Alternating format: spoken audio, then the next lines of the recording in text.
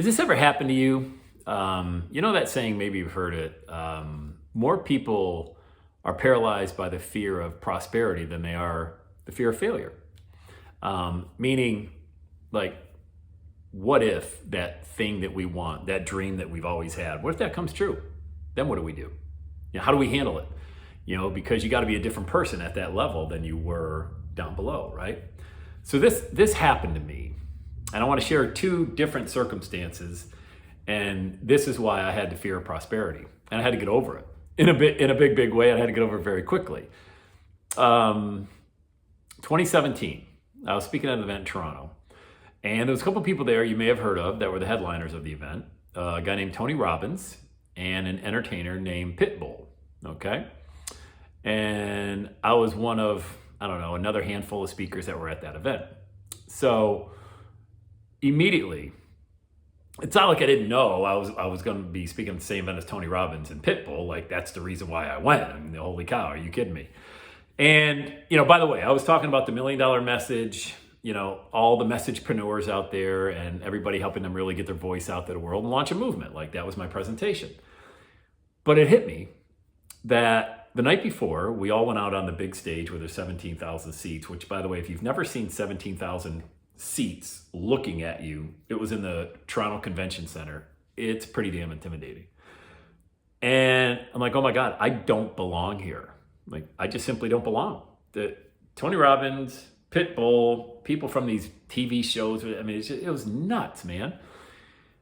And I remember just thinking, I gotta fake an illness or something. Like, I got to get out of this because I'm not ready for this, And I remember that quote. God, I don't know who said it. I'm sure you can Google it, but the fear of prosperity is more paralyzing than the fear of failure. And it resonated with me right then and there. I'm like, this is it. Like this, and it's not like I just got started. I mean, I started my speaking, podcasting career back in 2005. So I've been at this for 12 years, but every time you realize success, you got to play at a different level, and you got to level up and level up and level up. Well, this was the epitome of leveling up. And I thought about that. I was like, all right, well, Sammy boy, you've been at it 12 years. I think you've at least earned the right to be at the event, And what's the worst thing that can happen?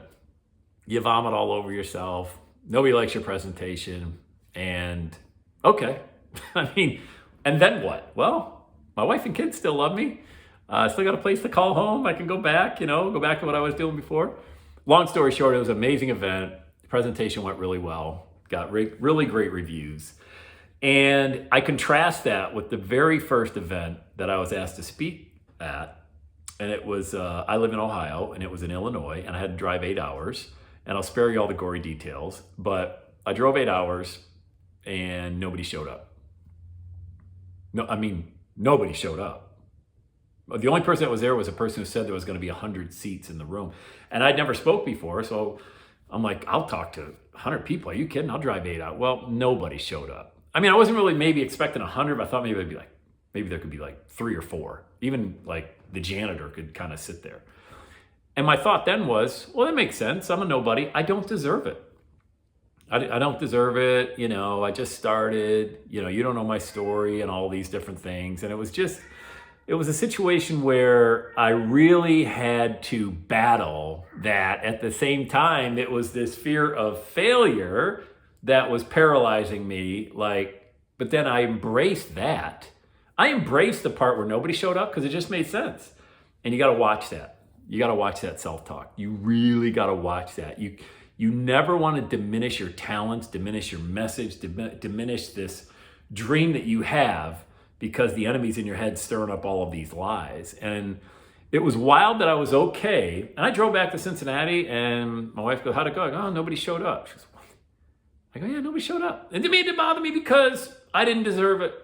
I don't deserve any prosperity. I don't deserve to be in front of people, and it's just, I'm this ex-stutterer who just decided to try to be a speaker, and, that's what I should get. That's my lot in life. And it's amazing looking back on it. It was 20 years ago almost. It's amazing looking back on that, thinking how much I embraced that low self-esteem and how little I embraced this crescendo moment of of my career up to that point of being in front of 17,000 people. So I just want to challenge you, because you're going to run into situations where you're like, I'm not ready. I wasn't built for that. You were built for that. You've put in the work. There's no overnight success. So if you end up in a situation where, oh my God, I can't believe I'm here. Remember all the work you put in. Remember all the sacrifice. Remember all the judgment that came with it. Remember just all of the crap you had to go through to get to that point. And then you'll say, yeah, makes sense. I should be here. I mean, who else? Like when you get to that level, when you get that fear of prosperity and you're like, oh, I got to show up now at a bigger level. Ask yourself this question: who better than you? And that's what got me through it. Like when I started really thinking about it, that Toronto event, I'm like, well, if I fake an illness, it's so crazy to say.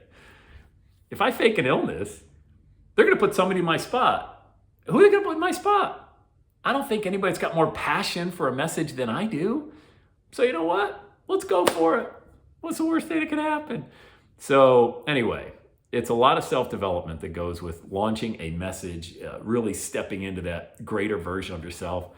And I just want to challenge you, number one, to don't go back to default like I did and just accept it. And I broke through that. I mean, then I'm like, after a few weeks, I'm like, oh, nobody showed up. And that just got me focused on doing events where people would actually show up. And don't allow yourself to go back to default. All right, the enemy's going to stir up the lies. Don't let the enemy lie to you in your mind. You have got greatness inside. I wish you all the best. I believe you've got $1 million message that needs to get out. Start now.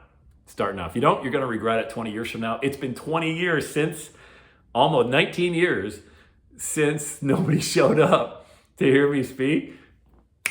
20 years goes like that, man. All right, have an amazing day.